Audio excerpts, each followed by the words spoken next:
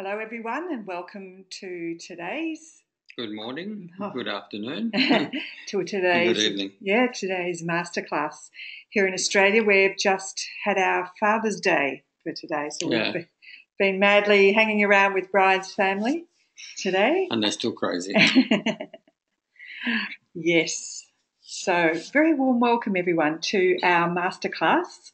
A masterclass is designed generally for people that have already participated in a workshop or either a webinar with us.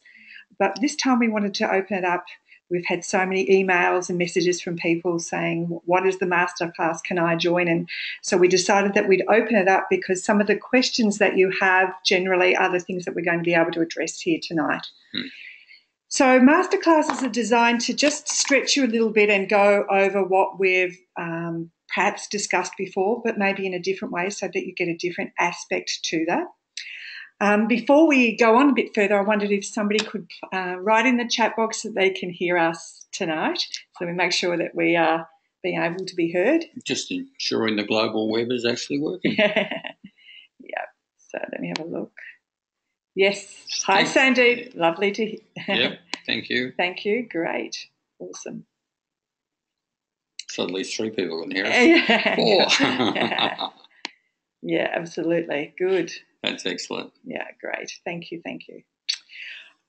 So we're going to cover a bit of information tonight, and we're also going to answer some questions that have come in, and I think that's going to help a lot of you because get some clarity on that. But we'll get to that. So let's have a look here. Now, this is generally interactive. So during the course of the webinar, I will open the line and have a chat to you. And if you wish to have a talk with us at any stage, all you need to do is put your hand up. There's a little area for you to put your hand up.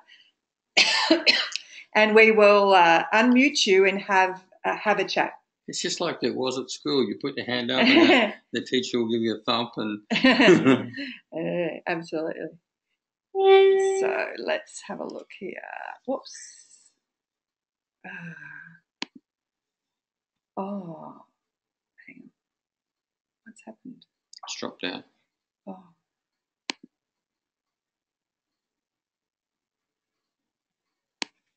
Oh dear. What's happened here?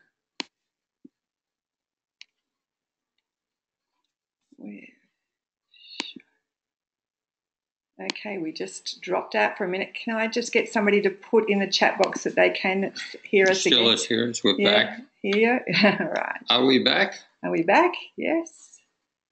Good. Please let us know that we're back. Yeah, we had a little break there. Sorry. Sorry, the World Wide Web. All's fine here. Good. Good. Good. Awesome. Great. Is that recording still okay? Yeah. So we look at what's been happening generally what's happening in the world, and we have a little term that we call stepping out of foreign events. And a foreign event is anything that takes us away from our connection with our soul, and it's really now the time to step out of all the foreign events and what we call step out of duality. And over the last 10 weeks or so, we've been running a masterclass online with 2 groups of people. Sorry, not masterclass. Study group, I should say. Yes. And we've been talking a lot about stepping out of duality. And here in Melbourne, in our study group here, live group, we've been talking about where we are still in duality. Now, what does that actually mean? What does that mean? Well, the duality structure was the structure that started on Earth at the end of Atlantis and the beginning of the Garden of Eden, and right through known history, it has been the duality where we've had, or the system where we've had war, peace, love, hate, work, play.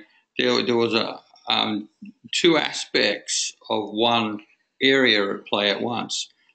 2012 was about the end of duality. It was the beginning of the journey back to our awakened state, our gifts. So here we are in 2016. We're well down the track to into the process of remembering and awakening. Many of you will see it in your dreaming. You'll see it in your meditation. you'll see it in just shifts around the planet. And with the structures, the duality structures are certainly collapsing. We're seeing that in the money system. We're seeing it in the banking. We're seeing it in politics and global governments and structures that are really struggling to hold their space because they're seriously coming under scrutiny. Mm. And what happens when we're so busy in the external world is that we don't have enough time. You know, we don't have enough time, for instance, to practice our controls. We don't have enough time to be with ourselves, to understand that sometimes there's a game going on and you're part of the game. And what the machine does of duality keeps you extremely busy and therefore disconnected from your heart. And your heart is the gateway to your soul, and the language of your soul is your intuition. Keeps you very much locked in your left brain. So the old left brain runs it, which we were, beaten into submission as a child at school. After kindergarten, we dropped our connection with our creative side, and we were encouraged by the educational system and the political and religious systems to use this poor processor called our left brain. It runs at 24 bits a second. Our right brain runs at 3,000 bits a second. And what the heart maths people have found in the States is the heart brain actually runs over 6,000 bits a second. So it's a lot faster processor. But culture and religion and history has driven us into using the poor old left brain, our calculator, as our main processor. And frankly, emotionally, it blocks us. And duality plays out in the office, it plays out in the marketplace, it certainly plays out in families, and you're often seeing it joining you at dinner at home after work. It is that confrontation. It's about fear. It's about loss. It's about being a prisoner of the system. You have to work super hard to make enough money so you can have an annual holiday. So, and then you go around it's a circle, and it's usually going counterproductive rather than productive. Or the other side of it is you work until you hit the age of 65, and then you collect your pension, and then you roll up in a ball and fall over because there's not much of you left. A lot of the times when we have been previously doing, I guess, the way we interact in the world has been 80% in the action side doing something, and then 20% looking at it in our mind, trying to sort things out or work things out. And what humanity is moving and what the planet is moving for is towards a new way of operating. And a new way of operating is to understand that your internal world is actually the real world, and the external world is a projection of what's happening in your internal world. And so what a lot of our students do now is before they instead of doing the doing, they would change what's happening in their internal environment and then notice what's happening in their external environment. And so get a little bit more in harmony with themselves first. They used to call it the law of attraction, but it's actually the law of projection. Yeah, actually, that's right. Yeah. So, and another key area here is getting to have a deeper connection with your soul and intuition.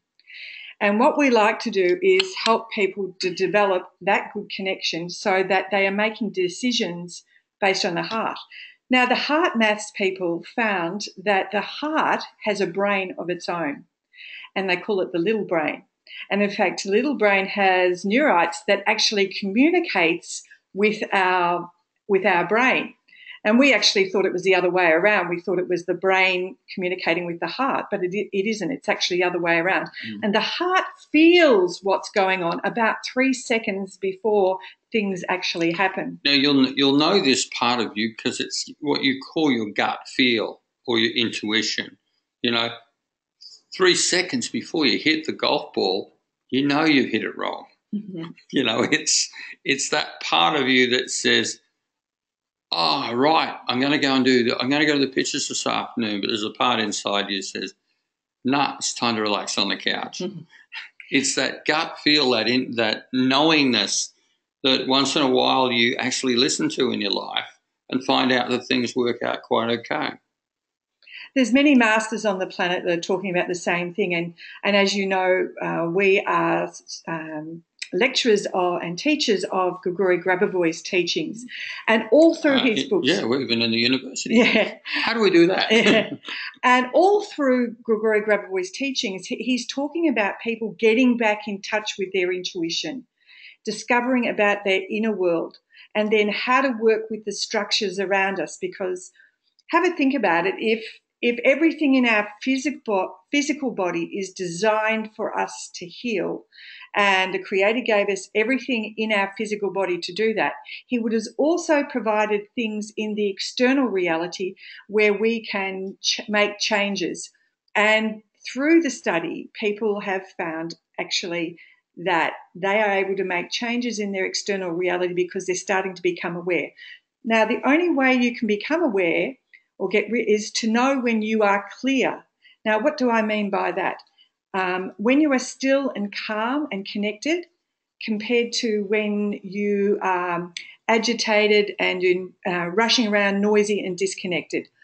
Now, for a lot of people who are empathic, who are sensors, they often get physical feedback, and also this applies to other people, where their body reacts because there is information that is actually affecting them. So, for instance, I'm an empath, and Brian's strong faculty, he is clairvoyant. So what would happen to me if I had picked up some information is that my stomach would become bloated, or I'd get a sore neck, or I'd get a little grumpy, or I'd really feel tired even though I'd had 8 or 9 hours sleep.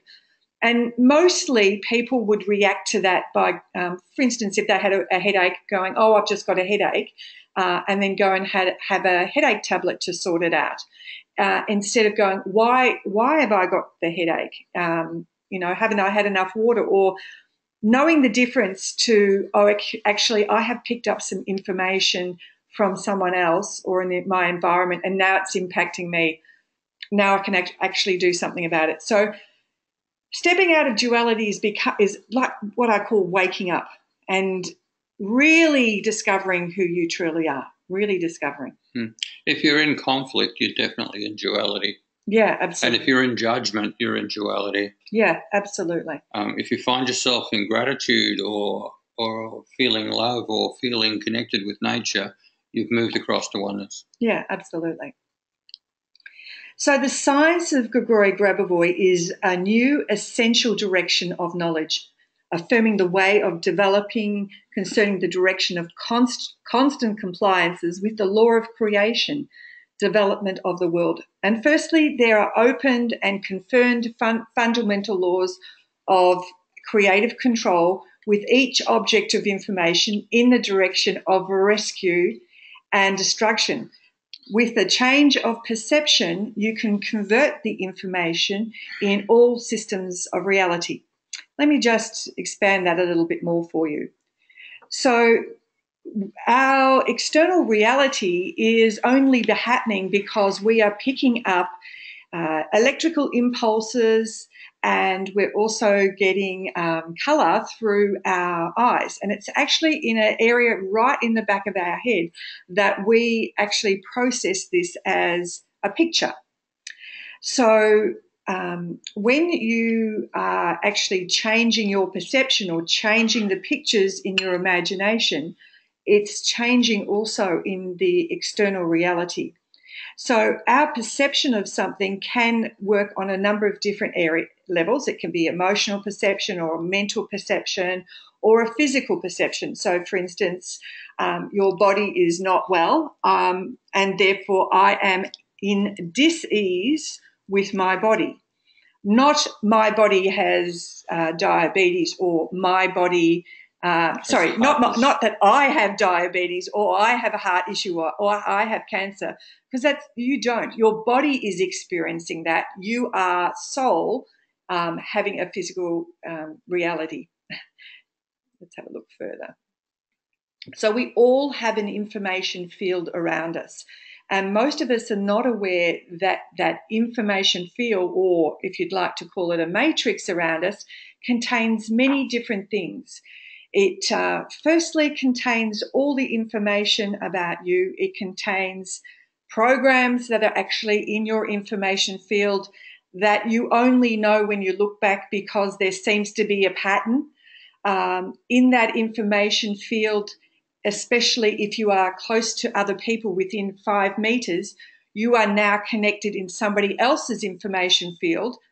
And then there comes a point to when do I know what my field is like, what's mine, and what is somebody else's. So that is also impacting our field. And of course, there are all the invisible things that we don't see. So, for instance, we only see 1/1,000,000th of what is a measured reality, as far as, for instance, light. We know that X-rays exist. We know that gamma rays exist. We know that microwaves exist and radio waves exist. We don't see them, but they exist. They're just, all we see is a very small portion of that whole field. But we also understand there's a field there. You know, like when I might ring you up on the phone, I place your number in the phone and I'm able to find you in that information field and we're able to connect. So your information field carries quite a lot. And sometimes your field is so clogged with foreign events, we call it, and information that's serving, or duality, that we actually walk around as if we're carrying heavy weights on us, or as if we're walking through tar.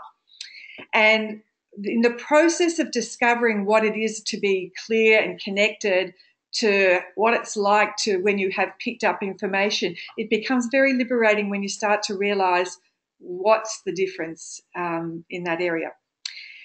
So in Russian knowledge, everything is information. It's the creator level. And that information comes through as light into our consciousness that forms energy that we perceive emotionally or on the mental level. Plays out chemically. Can play out chemically until it turns up in the physical level. And generally, where there's disharmony, when it turns into the physical level, we will deal with it because it causes us pain. But originally, it was information. Now, some people might go and, for instance, if you've got a headache, for instance, or a backache, you might go to a chiropractor or you might go to take some pain medication to try to sort it out on the physical or the chemical level. And then you might have a look at how your emotions or the stress levels might be impacting that. So you might go to somebody to discuss what's going on for you. Maybe a kinesiologist. Yeah, a kinesiologist. And then you might have come to me when I was a practitioner and I would deal with your emotions and your energy because I used to do Reiki and pranic healing and a number of different modalities where I'd work with the energy and emotions which would affect the physical body. But when we go back and erase the negative programs at the creator level, at the informative level, it then, like a dominoes, affects all these levels underneath this. So we're not dealing in energy. The energy will be affected. Energy is byproduct. Yes, energy is the byproduct. And this is where some people don't get it clear. They don't understand. Look, there's lots of good energy people on the planet and they do great work. We're not taking anything away from them, but there's a lot of confusion out there whether Russian knowledge is just another form of energy healing. Yeah. And it's not. It's a way of changing the raw data of reality. And by changing that data and bringing that into what Russian knowledge people call a norm state, perfect state, the God state, the creator state, by working at that level, the information just flows down, as Marion said. But what's really important is that when we start our process, we start using our tools, that we press the button to go to the creator level. I've met so many people that have worked with early Russian teachers who have pressed the button and ended up at the energetic level because that's what they asked for. Yeah. And consciousness will deliver what you ask it to do. Absolutely, absolutely. So this comes to a question we get asked quite a lot, and we get quite a lot of emails from people who give us what their issue is and say, can you do something? So why don't we heal you? Well, Grabovoi says that in the past, he used to heal people. However, he found that if the person did not change their consciousness, they would bring back the information. Not removed. Yeah. And lots of people have come to us and said, well, I dealt with that years ago, you know. I had some hypnosis on it, or I had some Reiki on it, or whatever other or pranic healing or other modalities, and it's come back. And that does happen because we don't get to the core shock, the core fear, the core information and erase it.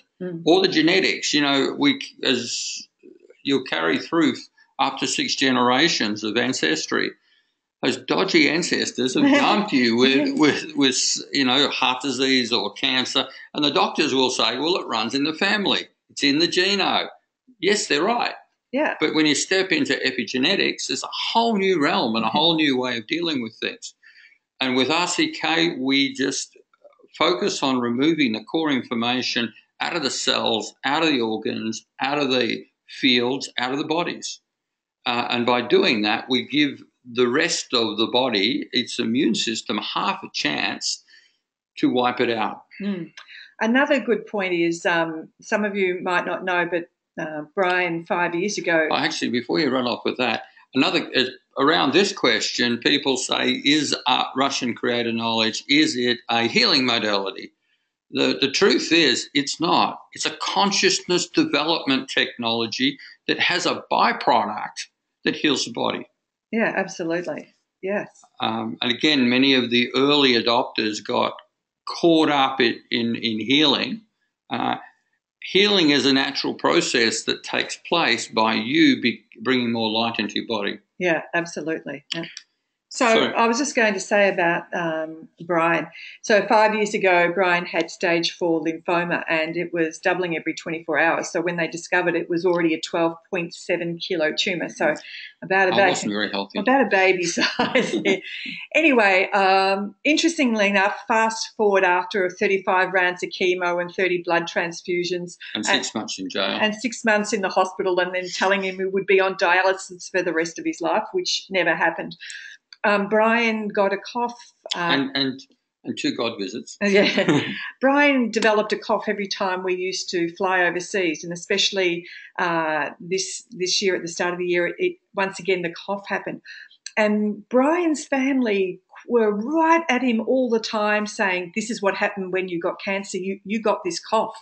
And so their consciousness was holding, okay, here's Brian, he might be getting that cancer back, because it usually happens. It usually happens around the 5-year mark.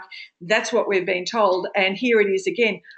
Now, of course, as much as we could convince them that it wasn't that at all, we had to go to the doctors for them just to say, no, he's got rhinosinusitis.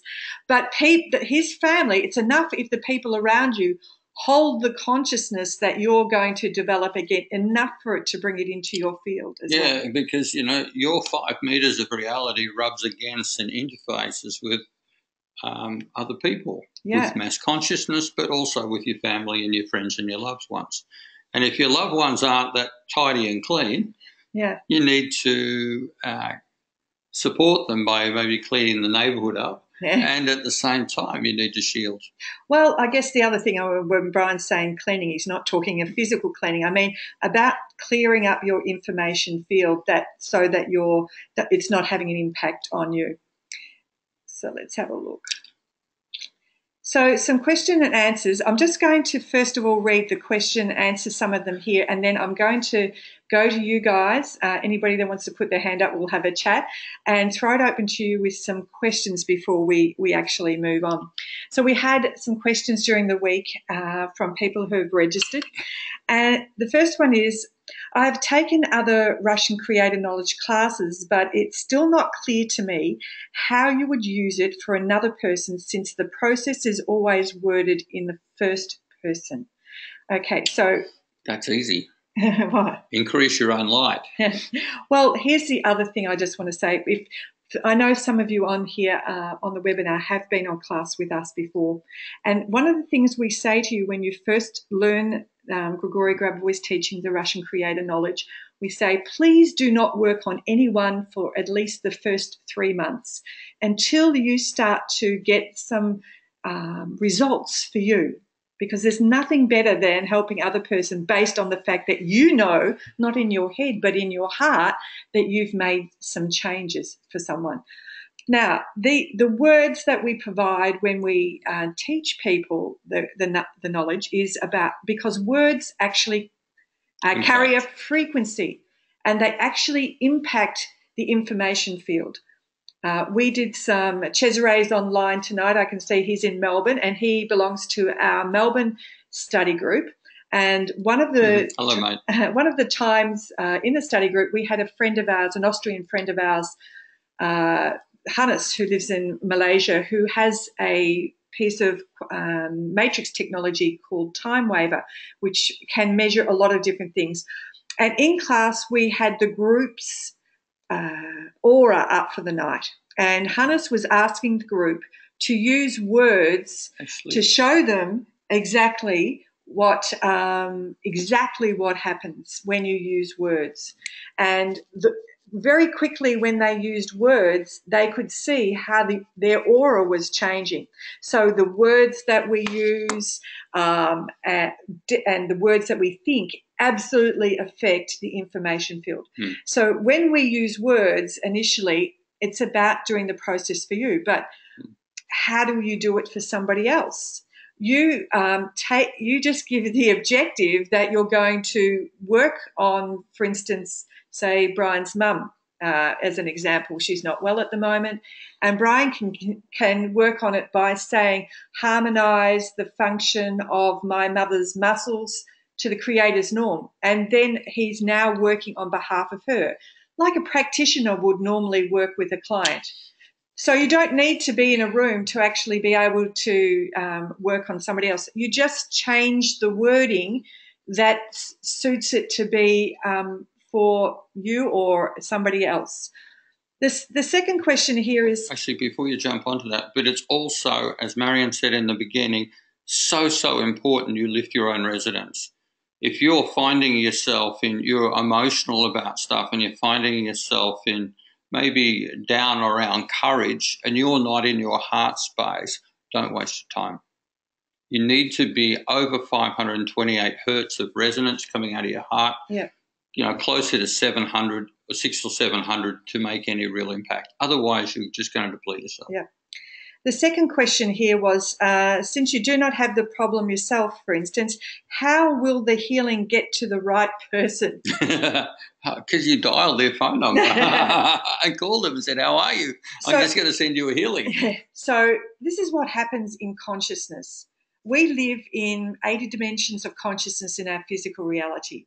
If I asked you, to remember, for instance, for women, can you remember the day that you had your first child or your wedding day, and I asked you to remember events about that day, then in your consciousness you will be in that area. Just like if I were asking you to go on a holiday and you were describing to me about the holiday, you would be seeing some pictures in your head and you would be in that area. There is no time reality. That's a construct of humans.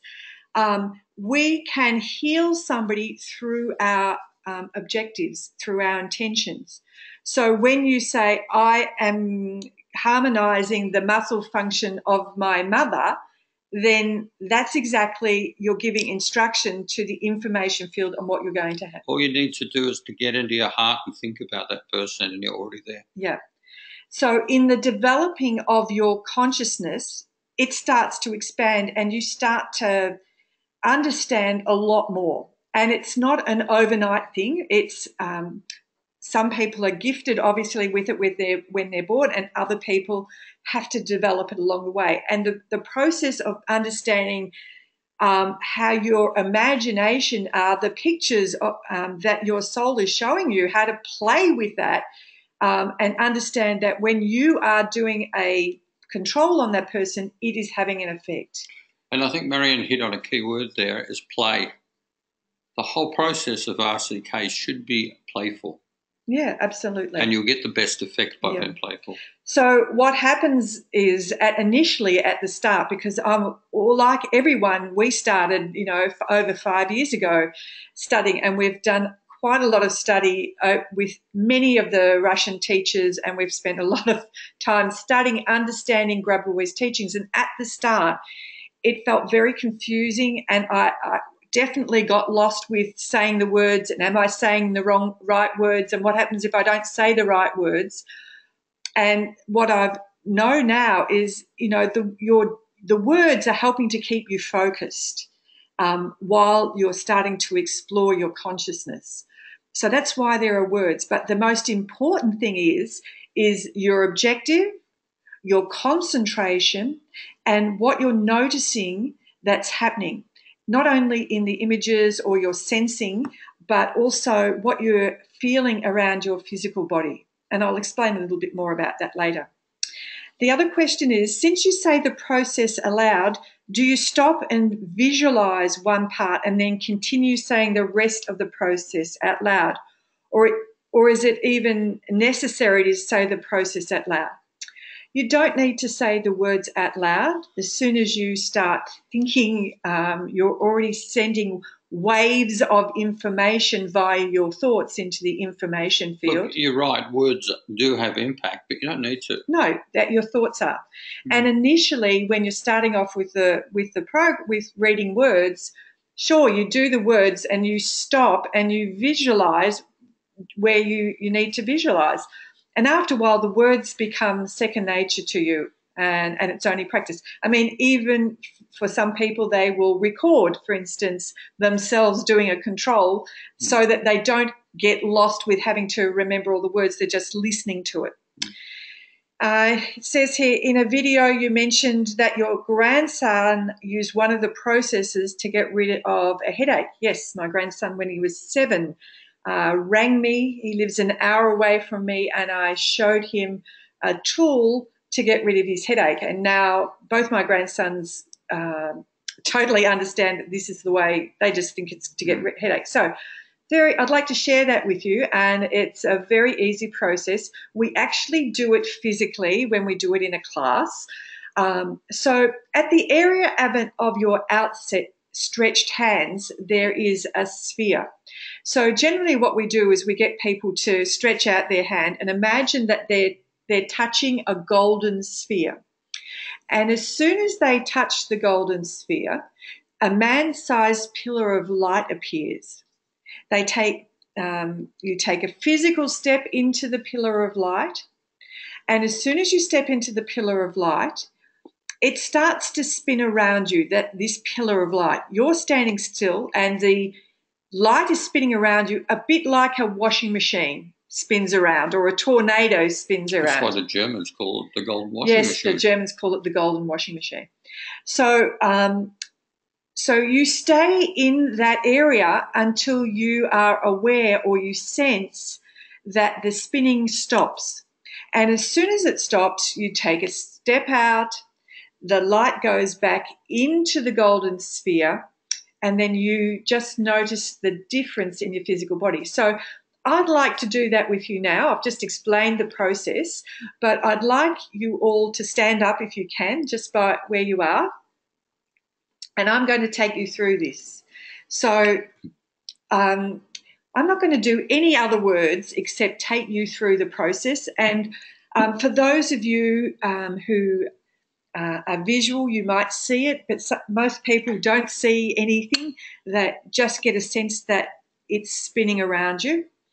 All right, so just stand there, and the first thing you're going to do is, with an outstretched hand in front of you, you're going to imagine touching a golden sphere, a golden shaped ball. And as soon as you touch it with your outstretched hand, a pillar of light appears, a silvery white pillar of light appears. Now, take a physical step into that area where the pillar of light is. So just walk into it. And as soon as you walk into that pillar of light, it starts to spin around you. And just notice as it might be spinning clockwise, or maybe it might be even spinning anti-clockwise. But you're going to stay in that area until it stops spinning. So just stay in that area for a minute. Now, sometimes while you're in that spin, I'll just talk, sometimes when you're in it, you might feel like it's really hard to get moving. And if that is you, that you're finding it's really hard to get the spin moving, it tells me that you have a lot of information It's not serving you. That's negative information in your information field that's causing this to feel like it's very heavy. But for most of you, it should just be spinning around you. When you notice that it has stopped spinning, then physically take a step backwards out of the pillar of light. And as soon as you do that, then the light goes back into the sphere, and the sphere is always in that area in front of you. So, for instance, if I go to bed and my head is really chatty, like there's a lot of information going through my head, like it's a lot of talk, that I know that's not my normal state. I now know that I have picked up some information and it's playing out very noisily, especially, for instance, if you go to a big shopping centre or you've been in a big crowd. Sometimes, especially people who are sensitives, can pick up this information. Now, the first thing I do is get up and actually do this to get rid of that chatter, and then I go back to bed and I go straight to sleep. So you don't just use it for a headache. You use it any time that you're feeling tired or exhausted, or you've been in a large crowd and you're not feeling yourself at all, or you feel a pressure on the back of your neck, or your stomach is bloated or is churning, or you're feeling nauseous. This just are all telling me there's information in your field that's causing to give you some feedback in your physical body. So I'm just going to open it to people and just see what they experienced when they went through that. So let me have a look. Let's just open this up to some people and notice what was happening. I'm going to pick on Sandeep, I think. You're picking on people now. Yeah, okay.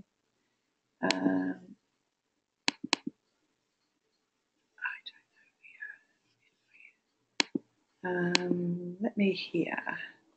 Just to wonder if you can place in the box that you're still hearing, if you can still hear us.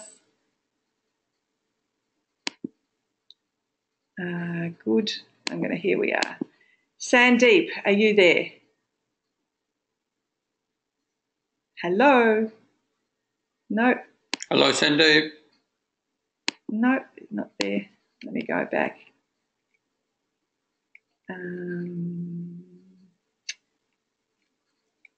Right, and let's have a look at Sandy McCarran. I'm going to unmute you, Sandy. Sandy, are you there? Hello, Sandy. Hello. Hi, Sandy. How are you? I'm good, thank you. That's good. Were you able to do that process? No, I wasn't. That's okay. Well, I hope you get a chance to do it at some stage. Do you have a question at all? Yeah, my question is, do you visualize that, or is it actually occurring? So at the start, you're just imagining it's happening, but it is actually happening around you. It does. It does actually happen around you. Yeah, you sense it. For those that are seers, they actually see it. Yeah. So but if you'd like to, you can visualize it. That's fine. Yeah, I'm not a seer. Like like Brian's a clear clairvoyant, and I don't see like he does. I see in another way, but I sense. I get that at the start. You get a knowingness. I get okay. I'm standing in a light, and maybe it's spinning around me. And I just allow myself to relax into it and imagine that it's happening. That's what happened at the start when I first did it. I guess if you just call it play for a start, it just, as Marion says, it just happens. Yes. Yeah. So did you actually go through it and wondered what you were doing and you felt a bit silly? Is that what you're saying? No. I just was going with the flow. I'm very open to this. I do a few other different modalities, and I heard about this through someone else, and it was like I heard about numbers in the same month. It was unusual. Yeah. Yeah. In all the ones, and you go, all right, I'm going to question this. So I heard about Lloyd Mears, and then I heard about you. So that's my curiosity. Oh, so I'm very open to this. Oh, beautiful. But nothing. So I'm quite happy just to try it again on my own and see what happens. But I had my hand out in front of me the whole time, but I was losing focus on my hand. Okay. That was. Yeah, you don't need to keep your hand out. I should have said that. You just touch it, and then take your hand out. And then the pillar of light, and then you just stand in it. So you don't need. Sorry, I should have said. You don't need to keep your hand out there, and then you just allow it to spin around you. I guess the beauty about kids is they just imagine. So they do. Yeah. So I guess we've been so conditioned to not imagine that we forget that it happens. But there are structures around us, even though we don't see it, Sandy, that actually help. In fact, in your area of perception is actually in front of your physical body.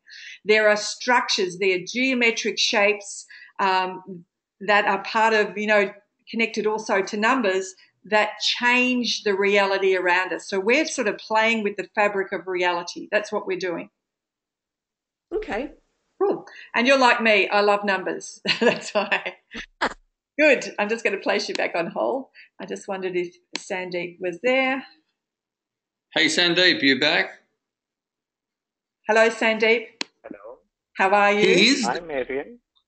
Good to talk to you again. Hi, Brian. Hi, mate. I thought you'd ditched us and just put the record on and gone and watched TV. How are you? Great. I have no idea. I could hear you perfectly fine, but somehow I couldn't connect. I don't know why. That's all right. So have you been going with your practice? Are you able to do that without a problem? I don't know. It's very surprising because I find myself, always doing something else. I don't know. I think there's like this laziness that's there that prevents me from actually sitting down and doing the work. I think the thing is, it is certainly when you're not in a group. Sometimes, oops, he's dropped out there. Sometimes when you're not in a group and you're not playing in a group, you don't become disciplined, and that's why Brian this year, we launched some of the study groups because people say exactly like you, I got lazy. Because if somebody told you that it's your life was dependent on you doing this work and change it, or they'd pay you to do it, you'd certainly do it. Because I think what happens when we first learn, we don't actually realise how powerful this is. What are you telling me? That I've got to do webinars and teach people online and run workshops, and I have to pay them so they'll do their homework? I gave up doing that with my kids at school. Yeah, so you're not unusual with people. They learn it and then put it on the shelf, because I think you have to understand that this is reality that you're playing with, and most people are so busy doing their life. Oh, they're happy to live in the drama. Yeah. I'm not saying you're living in drama, Sandy. Hey, how's the rain going? Great. You've had good rains ever since the last controls that you did. Beautiful. Excellent. Yes, I've been thrilled, super thrilled. Sandeep's got some tea plantations, and he had a big drought. He had a big drought, and he contacted us on a night we had a study group and said, could we, because he studied with us in Singapore, and he asked us whether we'd do a control. So that night when we did that control for you, Sandeep, we got really clear because it wasn't about just saying send rain to Sandeep's crops. We actually got very specific about the type of rain, how much rain, what it would mean to your crops, blah, blah, blah. Got really sharp on the outcome. Yeah, and I think within an hour you contacted us and said it started raining. So it was, yes, that was really amazing. Yeah, and so you'll have to let us know when you want to stop.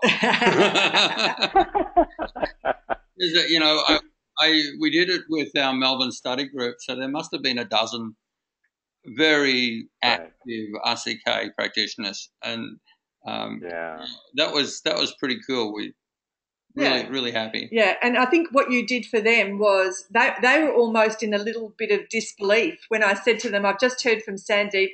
It started raining." You know, you gave them, "Oh my gosh, we actually did that." And we didn't even do a rain dance. We did a rain dance. The most surprising thing about that is there weren't any dark clouds in the sky, and it just started pouring out of nowhere. It's amazing. We've got some good friends. Yeah, wow, that's very good. Good. Fantastic. Good to talk to you. I'm going to place you back on hold. Thanks, mate. Thanks. Yeah. Good. So, Rodiani, I don't know whether I've spit it. I get the spinning in parts, so not clear when it stops. Okay. Maybe you need to leave it for a few more minutes. Okay, let me just have a look and see. Let me have a chat with you if you can. Oh, you've got a hand up. Great. Hello, Rani. Yes. Hi. Can you hear me? Yes, we can. Can you hear me? Yes, absolutely. So one question is, am I in the center of the sphere or I see the whole sphere in front of me? Okay, so you see the sphere in front of you, and when you touch it, you actually... A pillar forms. A pillar of light forms. Yeah, I mean... You step into when I see the sphere in front of me, am I in the center? Yes. Inside the sphere, or the sphere is outside of me? You see the sphere, outside. You touch the sphere in front of you, a pillar of light comes out of the sphere. Yeah, I understand that. I see the whole sphere in front of me. Middle. Yes, the sphere is... Like a ball. Yes, in front of you. Like a ball. Yes, at the tip of your arm. When I go into the pillar of light, I have to visualize. I cannot feel it otherwise. Okay. So if I visualize it, it starts, and then I have to give it some more strength, and it goes in parts, not continuous. So I am not clear when it stops. Okay, you will get a sense of when it stops. I mean, the other thing that you can ask, I don't know how good you are with your intuition. You can just ask yourself, you know, has the spinning stopped?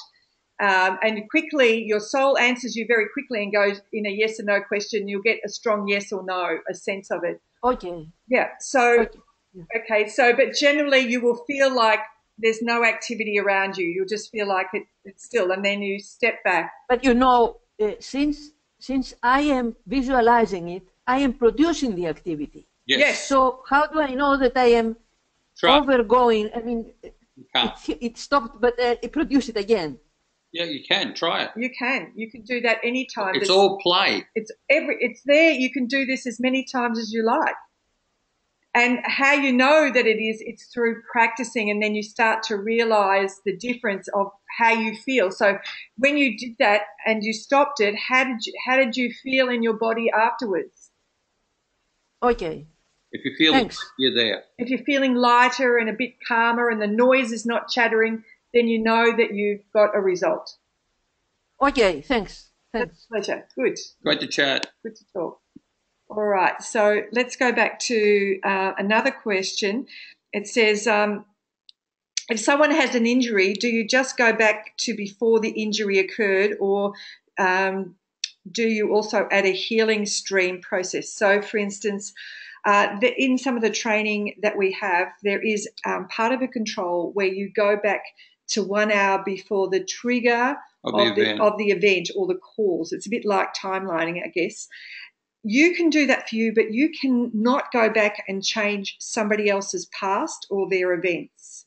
Only they can. So if you were working with somebody physically, you could ask them, can you please read these words, and you can explain what it means to them and just talk them through it.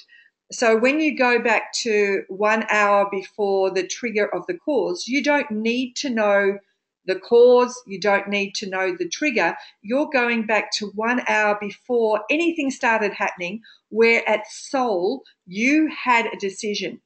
I either travel down this path where I ended up, in Brian's case, for instance, where he had cancer, and there were a whole series of events that led to that, or where you had at soul, you made a decision and say, no, I'm actually taking another path. I'm going to take the path of my soul, the path of the Creator, and I'm not going on that path. Now, it doesn't mean that didn't happen, because obviously it did happen in Brian's case, but it's like going back and erasing the impact that had in your information field that would have in some cases with some students, it's actually just about erased the whole thing from their memory, and in other cases it's like the integrity or the strength of that journey dissipates. It falls apart within your consciousness.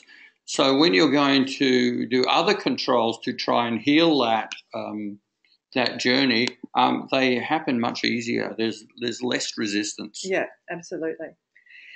So the next one is saying, some people say that you do a particular process just once, but what if there is no improvement? For example, what did Brian do to recover? So let me address the first bit, and then Brian, you can probably do this. So at the start, we are starting to play with our consciousness and understand the little bits. So, for instance, we do an exercise with a glass of water where we have 2 glasses of water, and we work on 1 glass of water, and we use some sacred geometry over the water, a structure called cube, cone, cube. And we give the objective to this geometric shape to change the taste of the water. So we say, transformation of this water into living, energized, revitalized, and detoxifying water to the Creator's norm. And then we only spend a small amount of concentration on doing that. I think I say that twice. And then I ask the people to then have a drink from the other glass, and then drink from the glass that they're working with. And what happens is they start to notice that the water they've worked on has a slight different taste. It's softer and smoother. Sweeter. Now, I do that exercise because when you can taste it, you know that there's actually a result. But when you go through the process, when you first learn this, say you're working on healing something in your body, you can't get an example like that where you can drink it. So, for instance, say you were working at restoring your liver. You can't taste anything in your liver, so you start to question whether you've actually done something. But if you can make a change in water, you can and taste it, you also have made the change in your physical body. What happens when we're doing a control, we generally work on a duplicate, a hologram of ourselves. So we're working outside of ourselves. And if for any of you who are practitioners who would be used to this, where you're the practitioner working on your client. Well, in this case, you are you in your physical body working on a duplicate of yourself. And then, for instance, say we were using a sphere and we gave the sphere an objective or a number code to remove and restore the liver, then I would imagine placing that sphere into the area of my liver. If I didn't know where the liver was, I'd place it into my solar plexus. And then in that process of putting the sphere into the area of my body, that is where I hold my concentration. And the minimal amount of time that you hold a concentration is 1 minute. What you're wanting to notice during that concentration is any images that may be coming into your head, anything that you might be noticing about or imagining about that sphere in your physical body, any feedback that your physical body may be experiencing, because this is what happens. Generally, people will feel a warmth in their body or feel a shift or experience something, not necessarily where you have placed the sphere. They just notice that something's happening between their physical body and the hologram of themselves, because this is where the control actually takes place.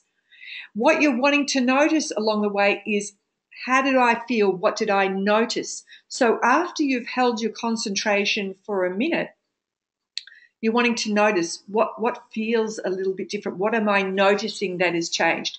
And when you work on the little things, for instance, and you start to get some results, you start to then get a comprehension of, actually, I'm making the changes. And I have a knowing around it, not a head knowing, but in your heart, I know I've made this change because I've experienced it. This is what, and so that's why we say the Russian knowledge is consciousness training, and the byproduct is healing, because you're training your consciousness to see more than it actually, you're opening your perception and understanding a little bit more.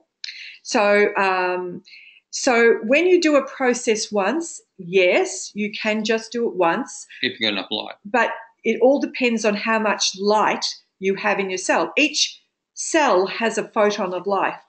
If you have a body that has disease in it, it will indicate then that the light in your cells has been turned down slightly, and you need to raise the vibration of it, or the light of that.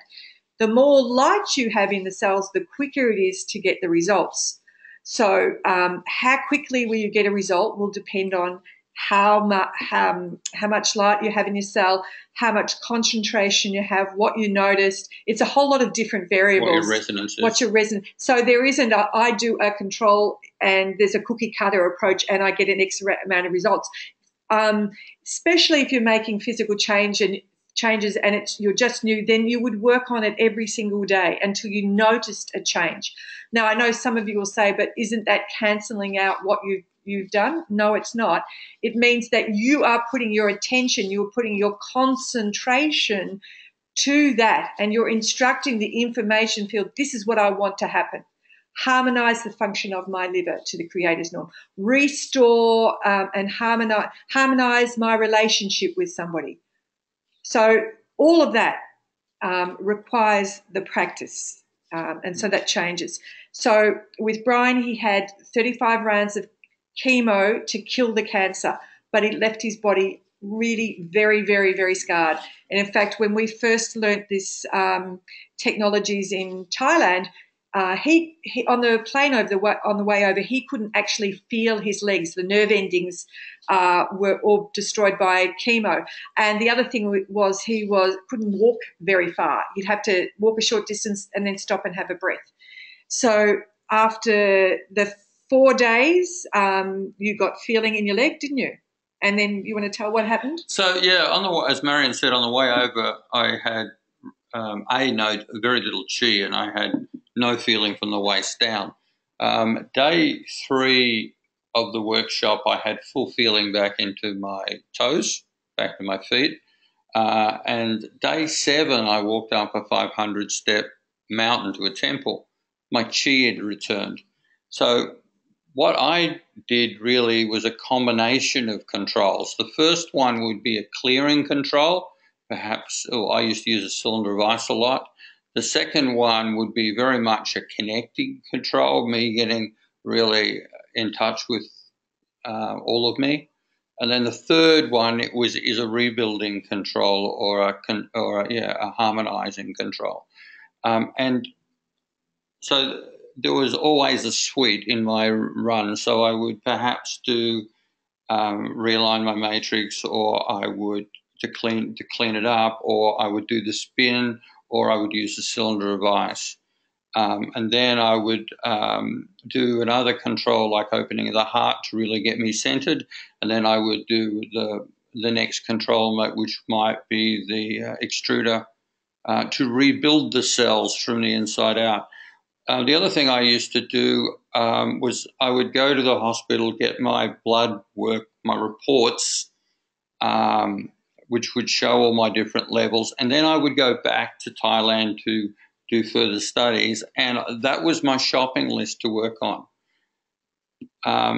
And what I was able to do was to move my my cancer markers down well under normal. I was able to clean up my red blood, clean up my white cells, balance my iron levels, balance the potassium in my blood. So all these different markers, I was able to use controls to bring them up. And my hemoglobin, my red cell count, was still in the 90s at that stage. And, you know, I needed to get well up. And I was able to jump my hemoglobin 30 to 40 points in a month. And the doctors just looked at me. They didn't understand this is not your scan. I don't know how many times they said it to me. I don't know how you did it, but you keep doing it. So it was for me.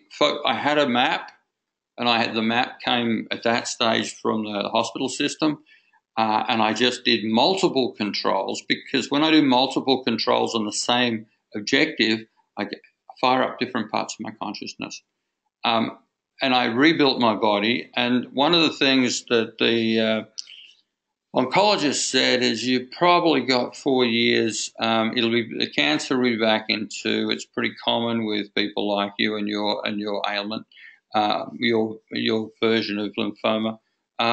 So I knew that I needed a technology that would work very quickly, and I knew I had to rebuild my immune system because the chemo had destroyed it. So Russian knowledge came to us, found us, and I totally engaged in it. And I did controls every day, maybe for an hour. It doesn't need to be a lot of time. And when we're in Thailand, you know, we'd work for 5 or 6 hours each day. But I saw remarkable shifts, and they frightened the hell out of my doctors. But, yeah, multiple controls. Marion coined it: clear, connect, create. Yeah. And within, you know, our normal 3-day workshop transformation, you get 30-something tools, which gives you enough to work with. Yeah. Or if you want to do it online with Soul Code and Transform. Study groups. Groups. Yeah, so there's lots of things that we're giving you to help to support that. You know, one of the things is, you know, you need to understand when you're doing this practice that this is where we're heading, guys, your reality is really doing this instead of reacting to this. I got one more point. In a minute. Mm-hmm. And the other thing is, how quickly will you see results? As I said, depends on a lot of things, but you're wanting to see the little things. That's why I say when you're doing your concentration, be aware of what is changing around you, what's different. So, and that will help you with the process. You were going to say? Yeah, the doctor was right. At the 2-year mark, the cancer markers started to climb back up, and we were lucky to be working with Nadezhda and Vadim they were down from Moscow and we're in Thailand. And both of them are exceptionally clairvoyant, and they said, you've got some. I knew before I left my cancer markers had gone back up close to 300, which means they're starting to get really active, my LD. And the Nadezhda said, you've got some matrix-activated cells, which is another way of saying you've got some active cancer cells in your lungs. I did the work with them over that 10 days and focused on removing them. I came back to Australia, had the scan, they were gone. Yeah, absolutely. And the other thing was the scar tissue on the lungs was there, went to Thailand in the December, came back, had a CT scan in the February, also gone. Yeah, absolutely. So it is a practice thing. It's a commitment. It's a commitment, even if it's 5 minutes a day and doing the daily number concentrations or daily concentrations. It's about retraining your consciousness. And seriously, Marion's right. 5 to 15 minutes a day is plenty. Plenty. You don't need to. The guidelines of the teachings of Grabovoi. He says, firstly, I put in my guidelines the need to proceed from an adequate system of reality control. The adequacy is that currently there are many global destruction systems, and they can be external, such as from space. Therefore, the first element of each action is the system of rescue or salvation. This is, for example, a system of rescue from the possible global catastrophes. But the rescue from the possible global catastrophe is such that, first of all, it is necessary to make it happen at the inner harmony of a person. And the person at the same time should be aware that he is free and nothing threatens them. So what he's saying here is that if you want to harmonize or change what's happening globally, first you have to stop being at war within yourself and harmonize yourself. You know, often people say, oh, what can I do? What's a control I can do for myself? And I say, easy. Harmonize the relationship you have with yourself, which is the first relationship that you should work on. And then when you change the frequency of your internal world, then that projects as waves of consciousness as into the external reality, and you don't then have the external events. So, for instance, if you've got all drama and lots of foreign events going on in your life, then you will be churning it through your head. And what you're actually doing is, or your soul plex and then you are actually sending, because generally people are, no, what will I say if this happens, and then recalling pictures. You're actually running a video into your area of information, generally about what you don't want. And what happens is you're actually projecting whatever chaos is going in your internal reality to the external reality, and it will be in the external reality to help you to harmonize it. That's why generally we have stuff happening out of there. As I said before, you'll know if you look at things and see a pattern, then you know exactly where to work. Okay, I seem to have the same pattern going on. I always have issues with men. Okay, then you've got, there's some harmony that you need to do. So that's what, so harmonize your internal reality before you start working on trying to harmonize everyone else and the planet. So when Grabovoi put together this phrase, rescue and harmonious development, he placed it in a silvery violet sphere. Now, every piece of geometry has an impact, because everything in our reality, if you start looking in nature, you will see geometry everywhere.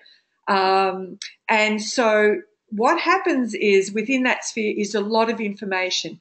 Rescue and harmonious development, meaning that how humanity and the planet are going to develop, they actually need some help at the moment, because most people are walking around unconscious on the planet. They haven't woken up, and we need to wake up. This is what people are calling the ascension. The ascension isn't about going somewhere else. It's about bringing more of your soul into your physical body, and that can't help it happen unless you're healing your body. And then you are awakening to the knowledge that you have. Every soul has the same information that the Creator has. There is also, you can also say these words. So when you say rescue and harmonious development, you are erasing the negative signals. What that means is you are erasing the thoughts or words that you have put out into the consciousness, into the collective consciousness. When you say these words, or for instance, repeat this number code, which is the same meaning, rescue and harmonious development, but as a number code, you are erasing some of the negative signals or the negative information that's in the collective. So you don't have to go to confessional, you just have to do the macro control. Yeah. So this is, as Brian said, is called the macro control. You can actually use this as this number code as well to harmonize the events. So how you use number codes, we get lots of emails. So is that the next slide? Yeah, no, not quite. I'm going to talk about this. So for instance, here's a couple of ways to use number codes. Firstly, you can just repeat the number code out loud 3 times. Each time you say it, each number has a frequency. So you're actually changing the frequency by just saying the number. So for instance, imagine there is disharmony in the matrix field. By saying that number, you're helping to restore harmony in that particular line in the matrix or the information field. So that's one way of doing it. The other way of doing it is to imagine, as we have in front of us, the number code. You can either do it in your consciousness or you can write it on a piece of paper if you're not good with remembering numbers. And what you want to do is notice which number or numbers seems to be standing out for you the most. For instance, at the moment, if I look at that, the number 9 seems to be standing out for me more than the other numbers. And then what I do is I just concentrate on that number 9.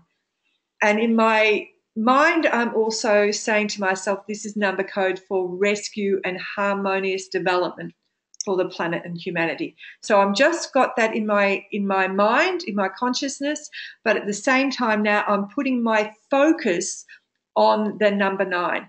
And when I focus on it for a period of time, then all of a sudden all the numbers look the same. The number 9 doesn't stand out anymore and it becomes harmonious with the rest of the numbers. By doing this, this is another way of harmonizing the information by using number codes. So let's have a look. There was a nice piece of information. I'll go back to that later. Okay. Now, I want to mention the platform for a control. Dr. Marina, one of Grabovoi's, who's the instructors, who's the teacher of the teachers of Grabovoi, mentions that you need to be on the right platform for the control. And the right platform, the control, is to be in your heart. Now, what happens with most people when you say to them, you need to go to your heart and be in your heart, what happens is they're in their head thinking what it's like to be in their heart, and they're actually not there at all. Now, how I can say about this so definitely is, once again, I refer back to the heart maths people who are bridging science and spirituality through their research. And what they have found, they did this with a test group. They asked them to go into their heart, and in fact, the people were still in their head. And they can tell it because the heart, when you're in it, has a coherence that they can measure. So there are a couple of things that you can do to build the right platform, because if you have chaos going on or you're angry or upset, then there's no point of doing a control because it simply will not work. So you need to be on the right platform. And how you do that is really just a few quick steps. So firstly, when you actually connect and touch your heart with your hand, that can be in a number of ways. It can be simply putting your open hand over your heart. It could be putting 2 fingers on the heart area, or in some practices where you do mudras, where your thumb is actually touching your heart, then you can do that. Any one of those. When you actually physically touch your heart, your awareness goes to that area. So that's the first step that you do. The second step is that you take some deep breaths in, like breathe in for the count of 5 and then breathe out for the count of 5. And you do that a few times, maybe 3 or 4 times. And when you take long, deep breaths, it signals physiologically to the body, I'm safe and everything is okay. So the body's not getting into any fight or flight situations just by the breathing. And then the third part to be on the right platform is to remember or feel a time where you felt either deep gratitude, and that's not the head gratitude like, oh, thank you for my family, thank you for the wonderful day, thank you for my job. That's not what I'm talking about. I'm talking about where you truly felt grateful, and how you know where you're in that area is because you feel like your heart expands and your body gives you physical feedback. It actually, you well up with tears. You weep a tear of joy. That's how you know you're in deep gratitude. Or a time where you felt truly appreciated, or where you had a deep caring about something or compassion about something. Those 4 things, those 4 words help to get you into your heart, and now you're on the right platform. So that's how you get onto the right platform. And then we just, for instance, in our practice, we say the next thing is I'm in spirit. I see and act as the Creator sees and acts. Now that I'm on the right platform, I'm connecting to the part of me, the spirit part of me, and spirit is actually love in action. So the spirit is different to the soul. The soul is an information structure, carries all the information, but cannot do anything. It's like a big library. Think of it like Google. And the spirit is the action part of the soul. It's the part that gives you the drive, that wants you to, what moves and changes things. So when we do the controls, we are doing the control from the spiritual realm into the physical realm.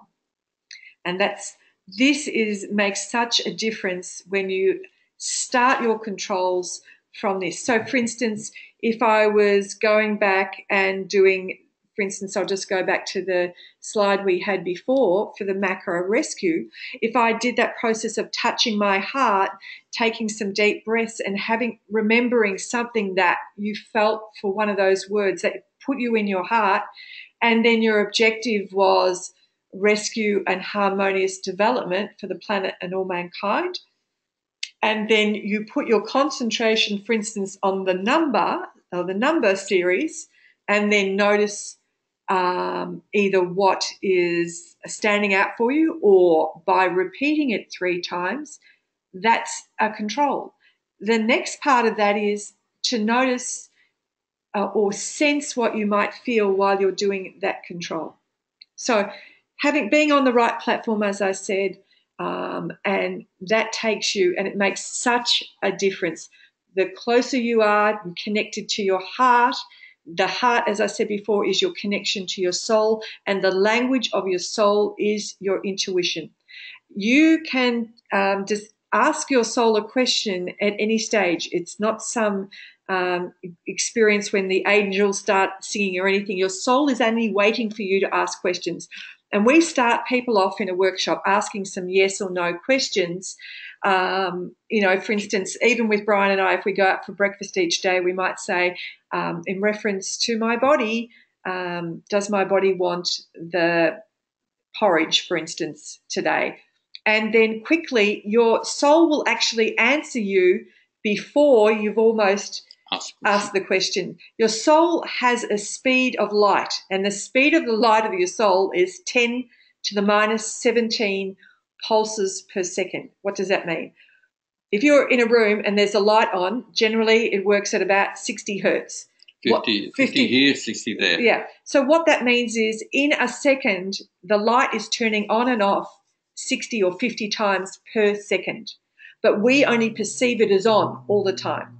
Our soul has a light resonance in her. So at 10 to the minus 17, meaning 10 with 17 zeros behind it. We are pulsing on and off very, very quickly, but we perceive ourselves as here as well. So that's how quick it is.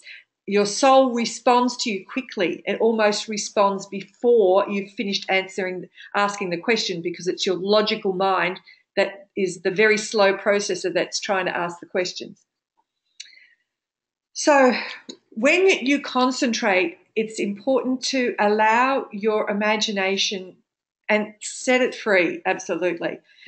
Initially, at the start, people get really lost with words and what they should be doing in it, and are they doing it right, and what if I don't do it right? But when we get into the part of the concentration where you're focused, for instance, when we were doing the sphere with the rescue and harmonious development, when you're focused on that, you might get little images or have a sense of different things, like little pictures, or hear different words or whatever, and you need to allow that to happen. For instance, an example, when we were doing some study with the Russians, and they went through a control, and afterwards they said, what did you notice? And I said, I know this is going to sound silly, but I saw a rainbow over my head, and there were pyramids on my shoulder, and I had a sphere on top of my head. And she said, yep, that's exactly. And then I started to notice everybody else had different pictures, and each time they said, yeah, that's right, because it's your consciousness and it can be different from each person. So you need to allow your imagination to set you free. It usually is. Yeah. So healing number codes. Let's just talk a little bit about healing number codes. Every disease is a deviation from the norm. A deviation from the norm in individual cells or organs or the whole organism. Recovery from illness means a return to the normal. Behind every number is the corresponding vibrational structure. The same can be said about the sequence of numbers. And focusing on the sequence of these digital numbers indicates tuning, like you're tuning a piano. So likewise, the sound of a tuning fork tunes a musical instrument. A number code is also tuning. It's tuning depending on what you're working on. So for instance, here is a lovely number code for restoring body hydration. And this is important because a lot of the reasons why we have illness in our body is because we're generally dehydrated. So restoring hydration to the body is extremely important. So for instance, I could just say the number code 519 513 48988, and I could repeat it 3 times. Or you can sing it or you can chant it if that's what you like. But every time you either think or say the word, you are sending a vibration out or a tuning into the information field for the particular objective that you are working on. And when you're doing that, you just notice, what did I notice? What did I feel? What did I sense? And these are important things just to keep questioning. You want to see the difference between what it was like before you did the control and then how it was afterwards. Now, Grabovoi has thousands and thousands of number series. In fact, I know there's at least 21,500. So that moves from number codes for restoring the body, number codes for successful business, number codes for animals. There's number codes in a lot of different areas.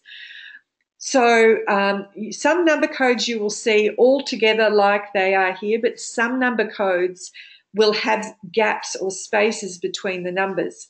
And they need to be written like that or seen like that because the gap between the number is where the new information flows.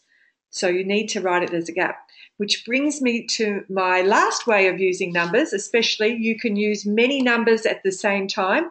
And you can do that by writing them in red pen, either on a piece of paper or a material or on a bit of tape on your body or on your skin. We have a 1 centimetre vacuum field around our body, and it then draws to it anything that is written on the skin or close to the skin. So when you, for instance, you might have this number code written or close to your body on a piece of paper, and what you're drawing to, the information that you're sending is you're wanting to restore the hydration of your body. And so you draw that information to you. That's the easiest way to use number codes, and you can use many, many number codes at the same time. Just going to check everybody and see if there's any questions that you might have. You just want to see if they've fallen asleep. Yeah. So I'm just checking to see if you have any questions. How many numbers can you work with at the same time?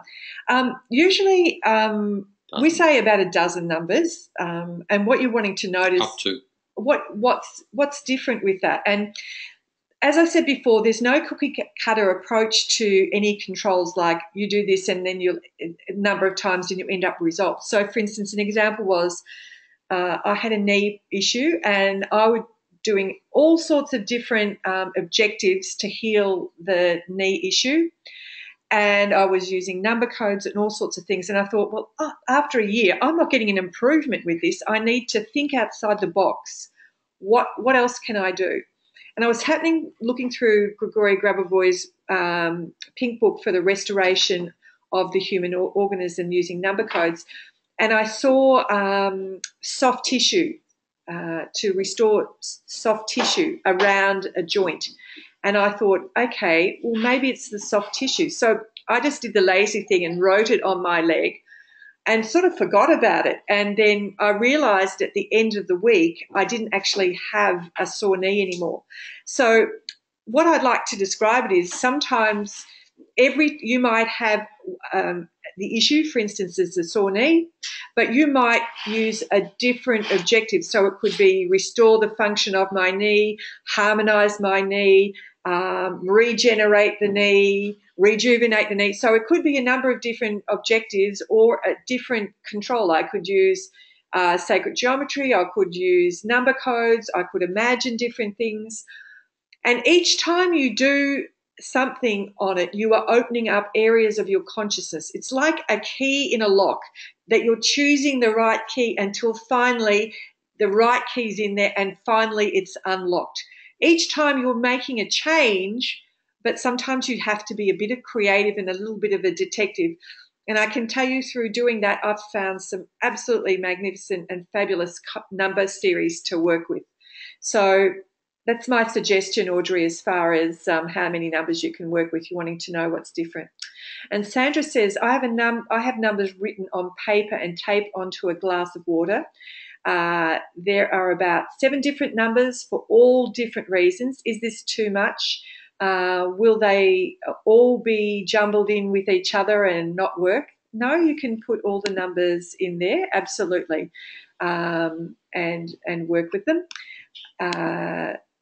You remember the other thing is, your body is actually made of water, the high percentages of water, and any words that you say to yourself or any thoughts are actually stored in the water in your body. So you can use a number of numbers, Sandra, without there being a problem. And then Ranjit is saying, Harish is saying, there is a replay. We always record, Harish. I know you've got here late. We always record our webinars and you will receive a copy of that. And Audrey says, how do you work with your birth number code when the exact birth details are not known? Okay, so Audrey, you don't need to know the time that you were born. The date you were born is the date that you chose as a soul to turn up, because in your number series are all the gifts that you've actually brought to work with. So the numbers that are missing are the things that you're here to master, and you master it by the experiences that you have in your external reality.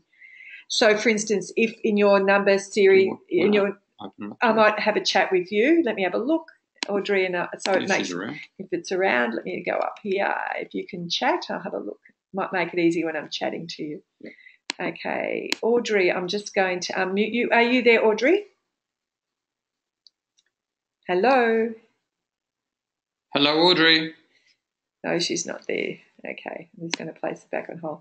Okay, so say, for instance, you're missing a number 3 out of your birth date, and 3 is about persistence, results. It's about traveling down a path until you get to a result. So, for instance, you might have started a lot of projects and put them into action and everything, but you got bored or didn't know whether they were the right path for you, and you question yourself, so you'd start something new, put it into action, and then question yourself. So what you would need to learn is to actually continue down a path, continue down the direction that you're taking until you get a result. So you, in that process, you look back and go, oh, look what I've achieved through doing that. So in your birth date code, how would you use that? You can use that the same as any of the number codes that we were mentioning. So say, for instance, you're wanting to restore the liver, for instance. You could use your number series in a sphere and do all the things we suggested. You can say it out loud. You can notice what numbers are actually standing out there for you and put your concentration on it. What changes it is what your objective is. So, for instance, say your objective was harmonise the relationship with yourself to the Creator's norm, then you could imagine your number code, for instance, in a silver sphere, and then notice what numbers are actually standing out for you. And while you're concentrating on that, you are also at the same time repeating your objective in your consciousness. So this is splitting your consciousness. So what you're saying in your head is harmonize the relationship with myself to the creator's norm. So just repeat that every so often. You are putting your focus, your concentration on the numbers. You are noticing the numbers, and at the same time, you're being aware of if you're getting any feedback around your physical body or in your physical body. Now, if you don't feel any feedback, that's fine, but there will be times when you're doing a control or you're using number codes and you start to feel maybe a tingle or a warmth, and that is feedback to tell you that you are changing reality, that things are shifting. It just helps. You might say you don't know how to split your consciousness, but you do. If you go back to school, when the teacher was trying to get your attention at the front of the room on a nice sunny day and you were off at the beach dreaming, that is splitting your consciousness. Okay. So Rodiana says, which side of the paper with the number touches the body? No, the number, which side? It doesn't matter. As long as the number is close to your skin, within 1 centimetre. 10 millimetres. Yeah, so it doesn't need to do that. And we use red because red speeds up the process very well. Just watch when you're wearing some white, because I've had red stains on my body. Green's a little slower. Yeah. So that doesn't matter what side. Good. Padma, hi Padma. Good that you joined us. So that's how you can use number codes. And at the start, number series are really easy to use because your soul and your consciousness understand the number code. The number code is, in fact, the light language that your soul and consciousness understand. It's just that we're trying to process things in a different way with our head. So by using number codes, you're helping to restore things pretty quickly because there's no deviation. It's just a number series that's harmonizing some information in the information field. Okay. Now, I want to take you through a daily concentration. We've been doing this in the study group online and in the workshop here, that we take everybody through Grigori Grabovoi's daily concentrations. Now, I post the daily concentrations for the people that have done some work with us. We have a WhatsApp group and we post the daily concentrations each day as an audio and also as a written text, but I also put them up on Facebook every day. And people ask us, where should I start with Grabovoi's teachings? And we say, okay, start with the daily concentrations because these are about expanding our consciousness. So the first part, the first part of this daily concentration is an exercise to expand your consciousness.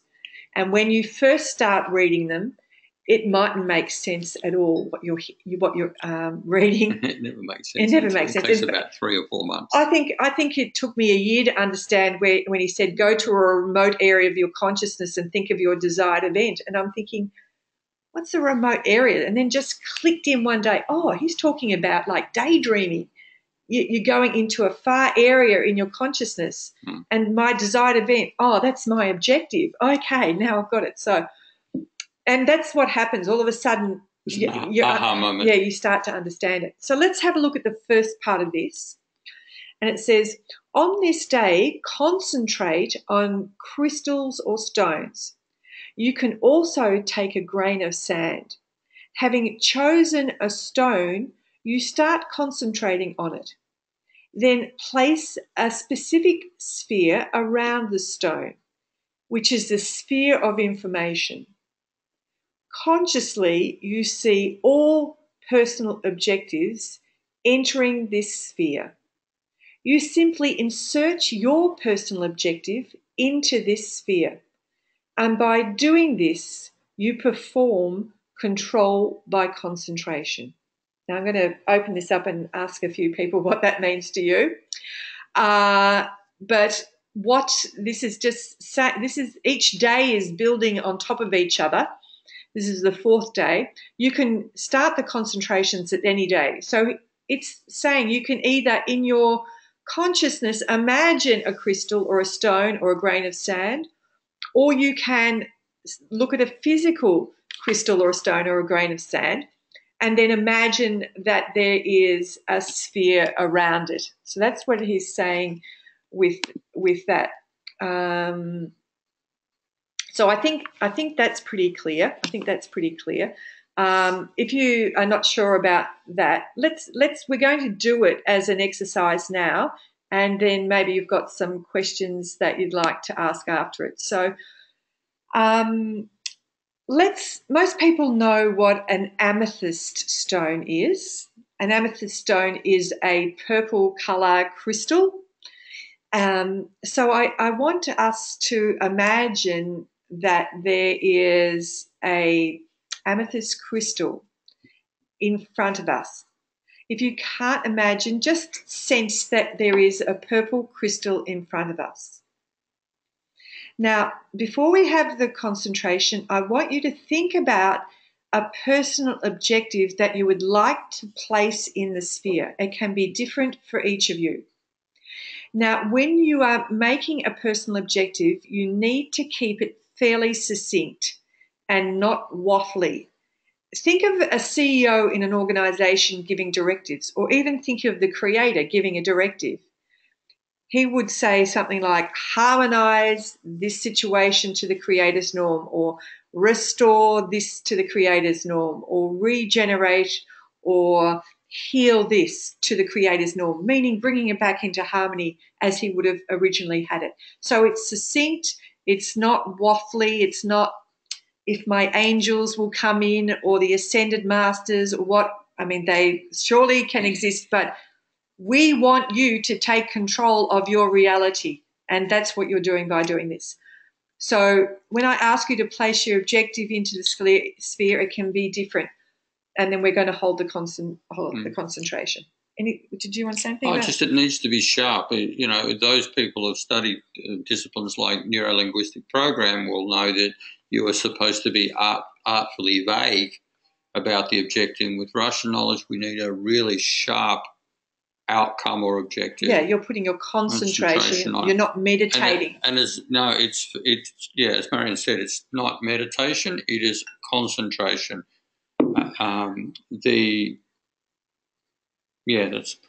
Okay.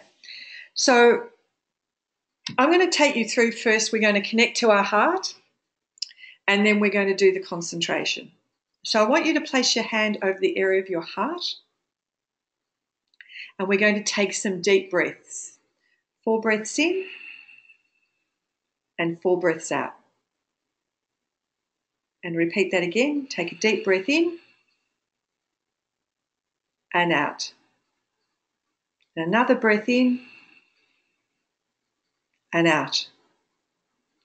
And I want you to go to a time when you felt deep gratitude, very sincere gratitude, or compassion, or acceptance, or care. So go to remember something. You might be able to even feel it in this current moment. But remember a time, you know, for us people that have got grandkids, seeing your grandchild run up to you and give you a big hug, and you know the warmth of how that feels, and you just feel, you know, very cared for. So just think of something that brings you to that moment. Now we're going to imagine that there is an amethyst, a purple crystal in front of us. And now, having chosen that crystal, we're going to concentrate on it. We're going to put our focus on it. And then we place around that crystal, so that the crystal is in the middle of it, a beautiful silver white sphere. This sphere is a sphere of information. Into to that sphere where the amethyst crystal is, I want you to place your objective into the sphere. Might be harmonizing my physical body, might be restoring my relationship, or it might be something specific. What I want you to do, and we're going to focus for 1 minute, I want you to be aware of the crystal in the sphere. I want you to place your objectives in there, and I just want you to say in your mind, repeat your objective every so often while putting your imagination or focus on the sphere which has the amethyst crystal in it. So we're going to hold the objective for a minute. So we're focusing in our imagination, allow anything to come up. We're keeping our objective in the back of our mind.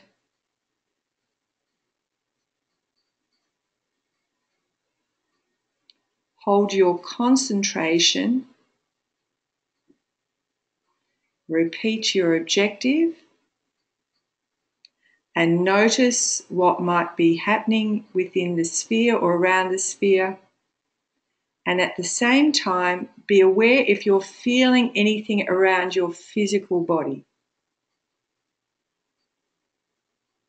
Hold your objective. Hold your concentration. And be aware of any images or sensing or feeling.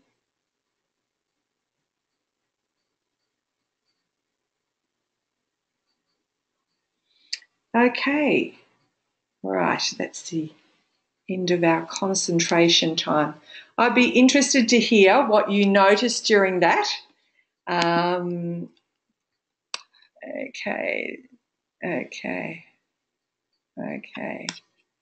All right, so some people are saying they can't hear very well, so I'm not too sure if you're all hearing. Sound is gone. Oh, jeepers.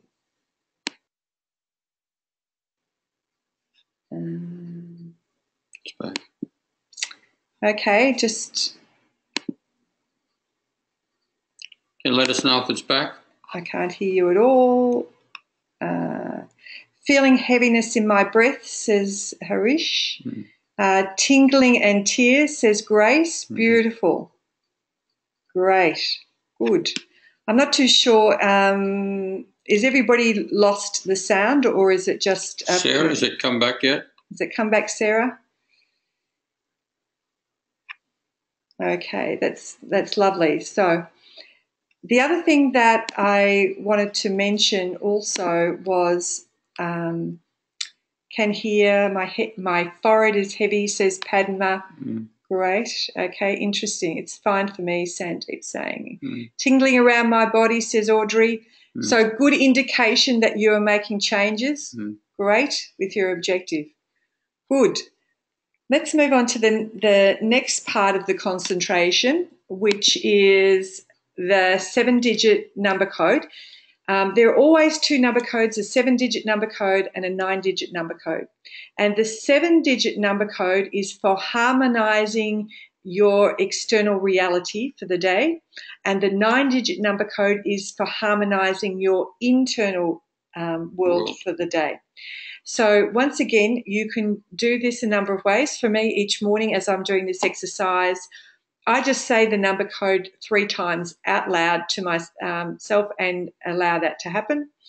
That's the general way that I do it, but you can do the same thing. You could focus on the number and notice which number is actually standing, or numbers are standing out for you, and then you will hold your concentration until all the numbers look the same. And in that way, you've harmonized the information around you. And the third part of the concentration exercise is a little philosophical, in that Grigori Grabovoi is trying to get us to have a deeper understanding of eternity. Now, we are all eternal as souls. Our soul never dies. It still exists. We only drop a physical body. But now science, and especially Grigori Grabovoi, are giving us the information that, in fact, we don't need to drop our physical body, that we can remain in our physical body, and the only way to do that is to restore it. Now, I know that's a big stretch for some people, and mostly when I bring that up in a conversation, people say, oh my gosh, I wouldn't want to live for hundreds and hundreds of years. And they think of their current reality being ill and old and all the rest of it. Now, if you got to a state of being able to restore your body, you wouldn't be getting old. And in fact, when you're doing that, we return to and receive all the gifts that we had of clairvoyance, of clear knowing. We can manifest, teleport, and all the rest of it. That's what he's talking about. There is a book, Resurrection and Eternity, Now It Is Your Reality, which talks about this, and it's very interesting. Eternity isn't a place you get to. It's actually a structure in our consciousness that everybody is becoming aware of. It's actually in our area in front of us. And in fact, there are many spheres of eternity. So here Grabovoi talks about and stretches you a little bit with that understanding. So let's go through it.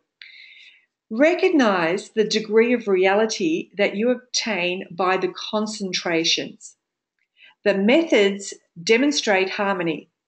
One method is the result of the previous, as if you've walked down the street observing how each step is the result of the previous one. After sitting, you can stand up and see that each movement can be different. One movement can be the result of a previous movement, and at the same time, it can become a new previous movement.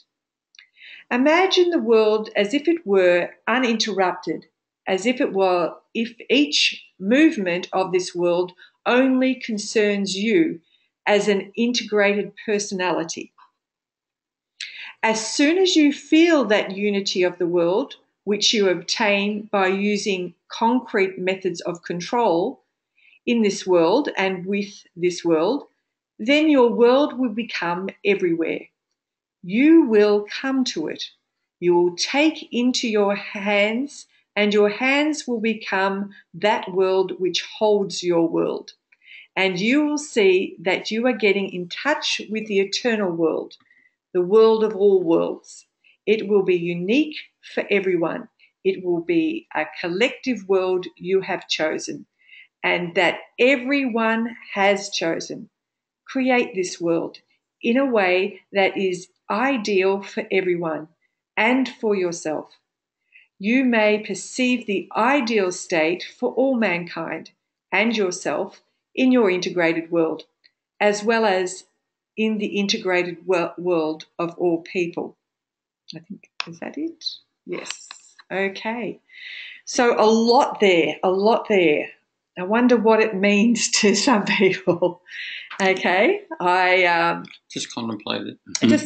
This area in the third part of the concentration is very much a contemplation. So, for instance, when we go through that, reading this, perhaps you stop at a sentence and ask yourself, what does this mean to me? What is this? What relationship does this have for me?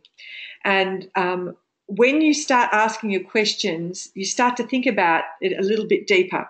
And initially, it doesn't make any sense. But when you start asking yourself the questions, what does that mean to me? What is my understanding?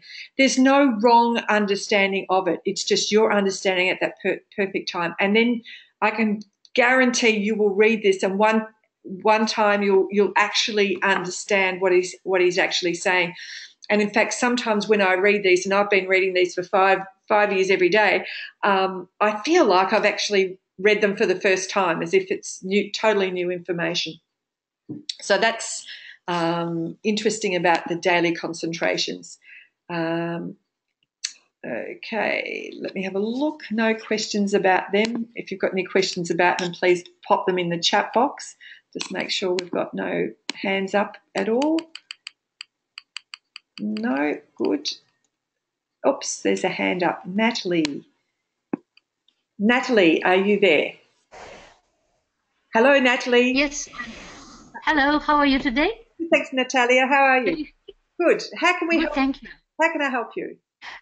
It's interesting that it's the first time I actually in this seminar, but apparently it's a lot of movements toward what you're saying around the world. Yes. And I'm very pleased that actually what you are teaching, it's like combinations of all the thoughts and practices with quantum consciousness, let's say that, you put it in one place. And what I realize actually that it's all depends on person's personal experience and spiritual maturity, because it doesn't matter how you put it, what you teach. At the end of the day, it's up to it's, how can I say, not everyone ready to accept this kind of knowledge or to apply this knowledge in practice. Because even if you are a teacher, gone through that experience, it doesn't mean that everyone else, even people who you teach, actually gone through that and understand. Because power of the mind, it's great, but it has to be mature enough to actually use it as a tool. Correct. Yes. That's what I can say. Yeah, absolutely. Okay. No, that's yes. That's very well spoken. Yeah, and I think the big thing about what you're saying too, and as you said, it's right around the world.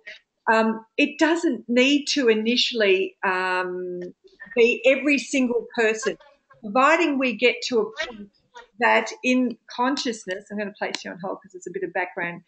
Providing that there is a percentage of people that hold this information in their consciousness, there will be what they called like 100 monkey syndrome. All of a sudden, it becomes common knowledge for everyone. And the norm. So, for instance, many years ago, there was a runner in England called, I can't think of him at the moment. Roger Bannister. And this is many years ago, and he was running the 1 minute mile, 3 minute mile it was. And everybody around him said, no, it can't be done. You can't actually run this fast. Well, he actually won the race under that 3 minutes. And as soon as he showed people that it can be done, everybody ran faster, and we've been running faster. Absolutely. And you got the Wright brothers when they first aeroplane flew. That set the understanding that it can be done. Yeah, absolutely. So as soon as you break those milestones, it becomes it affects mass consciousness. Yeah. So as soon as you wake and as soon as your development, your spiritual development expands, you affect everyone else in the information field. So, you know, a lot of people, and this has really helped Natalia, because a lot of people come and say, I want to help other people. And you help other people by changing you, by developing yourself spiritually. We are all connected in the information field. And if you're not in harmony, then, you know, the people around you won't be in harmony. When you're in harmony, you actually affect the collective consciousness. So like when we were working with Sandeep, we talked earlier for those people there, Sandeep was a student of ours in Singapore who has a tea plantation or a few tea plantations, and he contacted us in our private WhatsApp group and said, can you help me? We've had drought. So in our study room in Melbourne, we came to a consensus about what the objective should be, and we were very clear about what type of rain and how much, and then we did the concentration. Everybody in the group did it for about 2 minutes. Then we got feedback, what everybody noticed, and within an hour, Sandeep. We got physical feedback. Yeah, we got physical. Sandeep contacted me again in the group and said it's raining, and there wasn't even a cloud in the sky. And some of you heard him mention that earlier on. So how can a group in Melbourne, Australia, be affecting the weather that's in India? With love. With love, because that is how powerful we are. Yet we've been all taught that we're small and disconnected, and only certain people are. And that is just a pile of hogwash. It's not true. And this is about us waking up and really awakening to how powerful we are as spiritual beings. And the key to it is to operate out of the heart space. Absolutely. Because the other two functions in the left brain and the right brain are too slow. Yeah. One of the things that we noticed when we were working around bringing people their chakras back into alignment, when you step into your heart and like this process we did here today, you actually realign all your chakras. You help to bring yourself back into balance.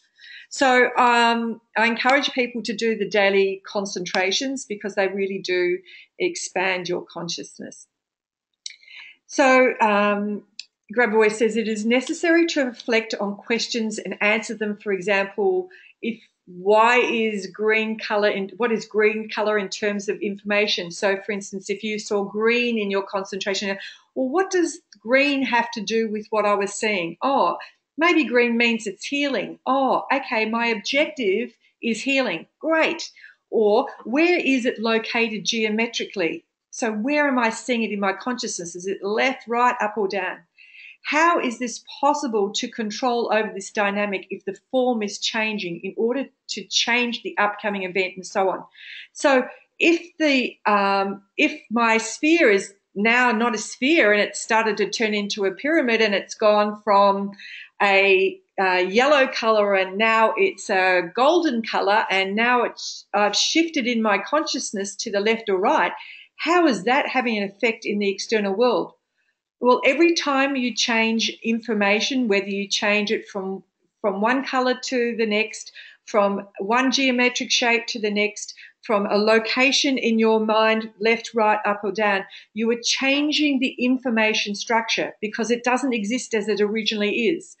And so one of Grabovoi's easy controls is to do the 4 stages of changing reality, where you see the geometric shape of your, that is the disharmony of, for instance, whether it's a health issue or a situation, and you see the shape of it, you give the objective of what you would like to do, you change the color of it, you change the geometric shape of it, you change the location, you can deform it, make it smaller, expand it. Every time you make a change, you are changing the original structure. And this is how we change things in the time and space areas that we're in, as far as the information field or the the matrix that we live in. So the control is the ability to understand in time at what point to begin the control. And the concentration, for example, 2 minutes, allows you to concentrate on different elements. For example, the dynamics or the color or the geometric shape. So when we say now concentrate, now, what you're doing is you're putting your focus and you are then noticing what images come up in your consciousness. What is changing, what's happening, and at the same time, maybe what you're experiencing in your physical body, like Audrey did when she said she had tingling around her body. Mm. So we control time and space, we control all the information, and we can change any event in our life. It all just depends on... And we're just remembering how we do it. We're just remembering. This is about remembering what we're actually capable of doing. So we've got to the... area enough today. We've definitely gone over time with people, so thank you for being with here. Just a little note here. We have 2 study groups that are coming up at the end of September, which we have been running since July. So the first study group relates to Europe. It starts on Sunday the 25th and in Melbourne time, that's 7 p.m. So in your time, you'd have to work out what it is for you. And then we have our North America, Australia, New Zealand group on Monday morning, which is Sunday evening. This is only limited to 20 per group. We've already got people registered. So if you're wanting to get involved in this, please let us know. Tomorrow you will receive a email with the replay, and it will also have the information about how you can become involved in the group if you're wanting to do some more development with your consciousness. We've kept it at a really reasonable price so people can jump in and do that. And just another little note for some of our other students who have been studied us with us. We will be doing an advanced group in Chiang Mai in retreat in February 2017. This is very much about playing, allowing yourself to play. It's going to be very much a retreat where you're practicing in the morning with us and playing with us in the morning and expanding your consciousness, but we're going to make sure you get massages and see a herbal practitioner and be up in the hills of Chiang Mai and beautiful Thai food. So we're really going to nourish your body, nourish your soul, nourish your consciousness. Afternoon in the pool. Yeah. Lots of things up to see the waterfalls, swimming in the waterfalls. Yeah, so we're really got that working for you. If you want to know a little bit more about that, as I said, you will have needed to have done some type of study. You need to have done transformation or equivalent. Or a study group, or you've done some of our webinar programs that are on our website. Because this is really about expanding, and the best place to do it is when you are relaxed and out of the collective consciousness and the drama. And we have 20 seats. 20 seats. When we've already got 8 people already on that, so it's very. And we haven't even firmed the price yet. And they're booked. Yeah, so it's all right. So just to remind those students who have been with us before. So thank you for joining us today. I'm just going to check and make sure there's no other questions. This is a beautiful saying, be yourself, the world will adjust. I saw that this week and I thought, that's great. Is there a wrong change? One that would be harmful? Is there? The worst thing that can happen in reference to a control, Rodiana, is nothing. There's nothing that you can do in your consciousness. You will get no result. That's the worst thing that can happen. So you need to just allow yourself, and here's the big word that seemed to come back in our study group a lot, trust. Trust yourself in what you're seeing. Absolutely. Sandeep. Yeah, so Sandeep, you won't have done what we're doing before. There is new material. The price in Australian dollars is $2,122. You'll have to convert that, but that includes all your accommodations. You pick up from the or 55,000 baht. 55,000 baht if you want to do that. Your accommodation, all your treatments, the study with us, everything is included. Accommodation, meals and everything. So it's a really reasonable price for that. So you're very welcome. So glad you could join us, Sandra. Thank you. Padma, we're happy to have you. Everyone, thank you for joining us again, and I hope you've been able to take some information and have fun playing with your consciousness. Thanks, everyone. See you guys again. Take care. Bye-bye.